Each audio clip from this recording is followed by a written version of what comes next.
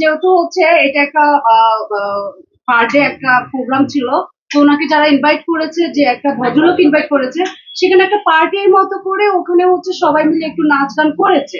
But মেয়েটা আসলে basically যে মেয়েটা একটু ঢলাঢলি ঘষাঘষি করেছে, ওই মেয়েটা কখনো এর আগে অভিনেত্রী ছিল না বা মিডিয়াতে সম্পৃক্ত নয়। হঠাৎ করে হিরো আলমকে দেখে ফিদা হয়ে গেছে, যার কারণে সে কন্ট্রোলের বাইরে চলে গেছে, যার কারণে ঢলাঢলি ঘষাঘষিটা করেছে। কিন্তু সেখানে আপনারা দেখবেন হিরো আলম ভাই কোনো ঢলাঢলি ঘষাঘষি করে নাই, যা করেছে ওই মেয়েটাই, যা ঢলাঢলি যাই করেছে ওই মেয়েটাই করেছে।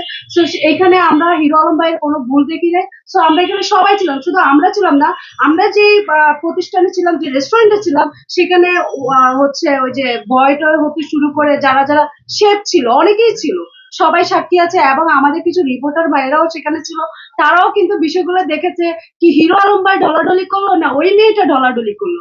আসল কথা হচ্ছে হিরো আলম ভাই এগুলোর মধ্যে নয়, উনি খুবই একজন অনেস্ট মানুষ।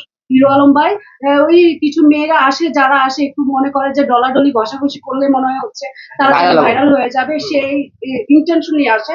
আসলে সব জায়গায় তো আর ডলাডলি ঘষাঘষি চলে না, এই জিনিসটা সে বুঝতে পারে না। কারণ ডলাডলি ঘষাঘষি একমাত্র হচ্ছে অভিনয়ের ক্ষেত্রে তখন চলা যায়, আর আমরা যখন অভিনয় করেছি, অভিনয়ের ক্ষেত্রেও এতটা ডলাডলি ঘষাঘষি করি নাই।